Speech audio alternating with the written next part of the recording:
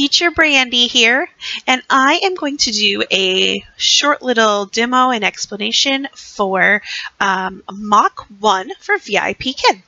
And I am not going to show you the slides because that's proprietary information, and I'm not going to actually do it every single step because I feel like it's important for you to have your own personality and your own ideas. And if you follow a YouTube video too closely, the mock class mentors know what you're doing. So they want you to be original and they want you to be the good teacher that you are. So here we go. I am looking at the slides, trying not to look at myself on the camera there, and hopefully it'll make sense as I'm going through things. So I am doing, it's the letter X for the mock class 1. So on this first slide, the kid just coming in, this is the mock, and I'm like, hello, my name is Teacher Brandy. What is your name? So I'm using this what and kind of trying to get some of that, and I'm speaking nice and slowly, trying to speak clearly. Don't add in extra words. They're watching really carefully for any extra words. What is your name? Hi, Bao Bao. How are you? So, I'll ask them. And lots of thumbs up. They really like that. Okay, so here I am. I'm on the reward slide now. So I'm not going to use what they've got in the demo. I'm going to say, look, Bao Bao. It's Bao Bao. Now, if they have any divining features, teachers wearing glasses, I will draw some glasses. It's a lady. I will draw some hair. If it's a guy, it just gets some spiky hair here. Look! Bao Bao! Bao Bao, when you do a good job listening, and speaking, you get a tooth. A tooth! Good job! Good! Okay, so then I set this back. I'm going to go on to the next slide. That's all I'll do for that one. So for this warm-up and the review, you're going to go through them most quickly, and I'm just going to give you a couple examples. What is this? And I'll circle it. Tomato. Tomato. See, I see a tomato. They make a mistake. I see a tomato. Good. What is this? And then I'll also circle it. Elbow. Elbow. Elbow. So I'm trying to incorporate a little bit other physical things if they're not getting it perfect. You can do this for robot, tap out the syllables, table, ruler, whatever. I see an elbow. Okay, so then I go through and I get to tongue. I see a tongue. No. I see a tongue. Bao Bao. Does your tongue touch your elbow? No. Good job, Bao Bao. And move on. You could skip that extra stuff if it seems like they are pretending to be a really, really low-level student for this. I wouldn't do like, can your tongue touch your elbow? Maybe for a level 3 or level 4, I would do that. And it's hard to tell where this level is because this isn't an actual lesson that I have taught. Now, the next one I'm going to is the review slide, and it's got some little fish on there. Look! Fish! Draw a line. Big S, small s. Draw a line. The kid's sitting there, doesn't know what to do, or they get it wrong. Look! Small s, big S. Draw a line. So I'll do it here, and then I'll also take my mouse and draw it for them, so then they know what we're supposed to do. Good job! Very good! You get a tooth. So the first time they do anything good, they speak, whatever. Yes, you get a tooth. Good job. Notice I'm using a lot of obnoxious energy. I'm already an energetic person, but I'm trying to put it over the top for the little kids, for the lower level. Now here they're wanting us to also make the sound, so I would go s, s, s, s, big S, small s, k, k, k, k, K, yes, big K, small k, and do that. So they're wanting you to incorporate that. In the actual lessons, it's going by letter, not sound, but in this mock, they want you to be using the sound. Okay, same thing on the next one. Elevator. Draw a line. Good. And I would actually draw it with my mouse at that point, so then they know. Good. And then go to the, like, key. Key. K, that's right. Good job. Give them another tooth. All right. If you have a toy key, if you have a king's crown to do the king picture, a little stuffed animal elephant, bring those out. I don't advise spending a lot of extra money on a job that you are applying to. So I would recommend using what you have at home, making new. Now we're going to get to the letter X. Look, X. There we go. Sorry, you've got to be careful with the phonics. And X is a really hard letter. I had M for mine. So X. X. Yes. X. X. X. Very good. Big X. Small x. And then I would draw it on my board again. Really practice that x and the big X, small x. Okay. Look! A fox! Fox! What do you see? No response. I see a fox. I see a fox. Yes, great job. Go to the next slide. Ox. Ox. Ox. Yes, what is this? I circle ox. Ox.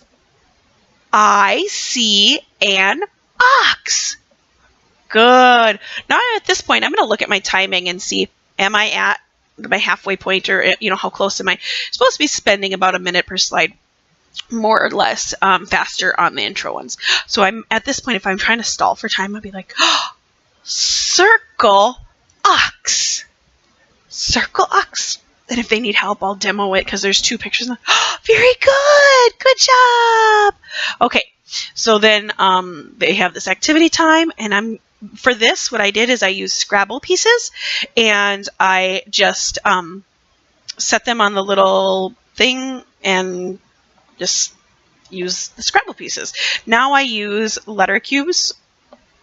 I had gotten these whiteboard cubes, but I've used permanent marker on them to make them stay. So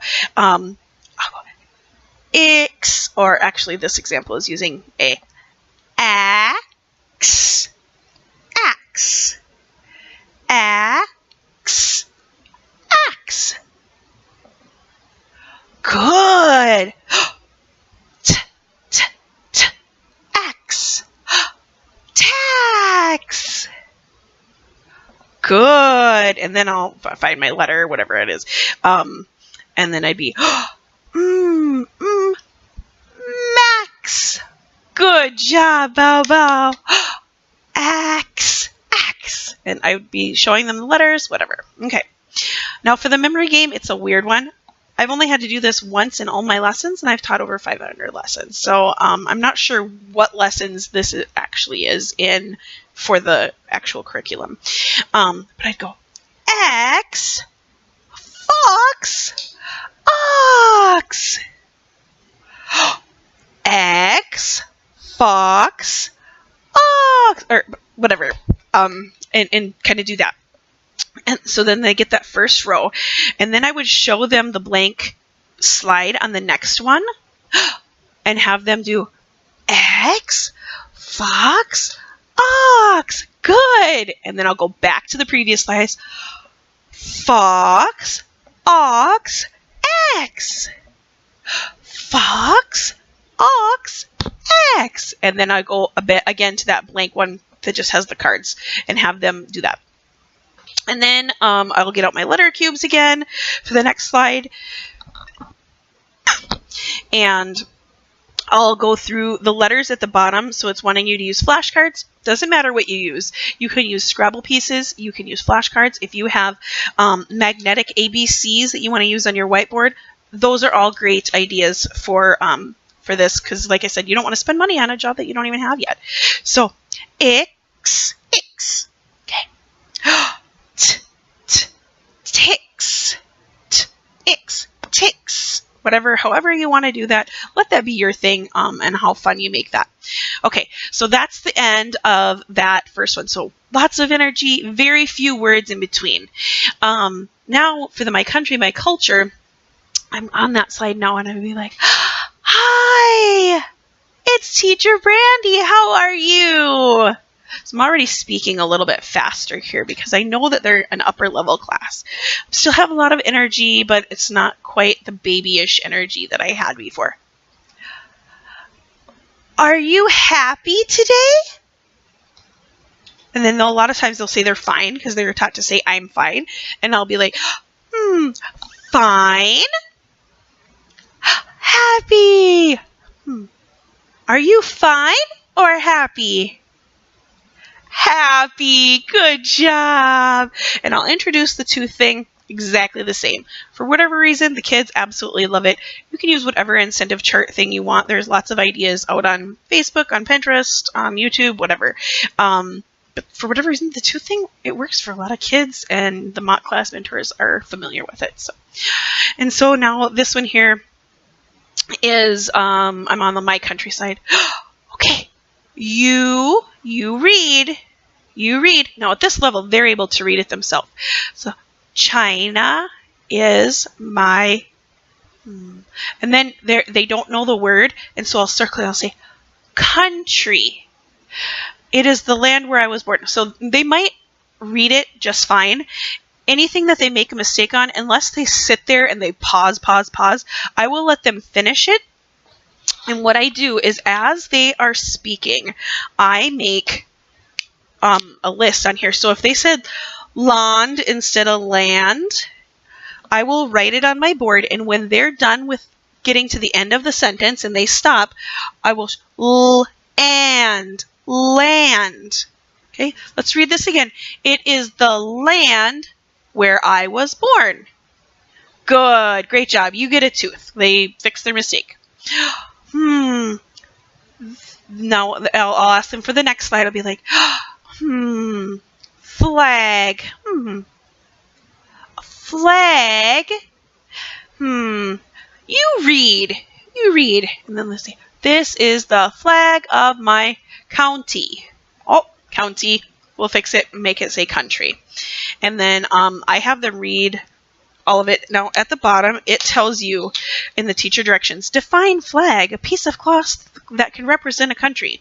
Have the student read it and explain it in the next. I don't really do that, and I don't know what they're looking for in the mock, but the students that you'll encounter are not going to need generally that explanation. And if you start explaining too much, then they're going to say you have too much incidental language. And so I'd be like, cloth. Yeah, cloth. Look. USA flag. Yes, American flag. Look, cloth. This one is for USA. The China flag has 5 stars. All the kids know the China flag, what it looks like. They're going to know. I mean, this is level 3. You're going to have older kids. You read. This is the American flag. Same. Again, represents. What is represent? So now I'm going to go to the slide that has all the different things.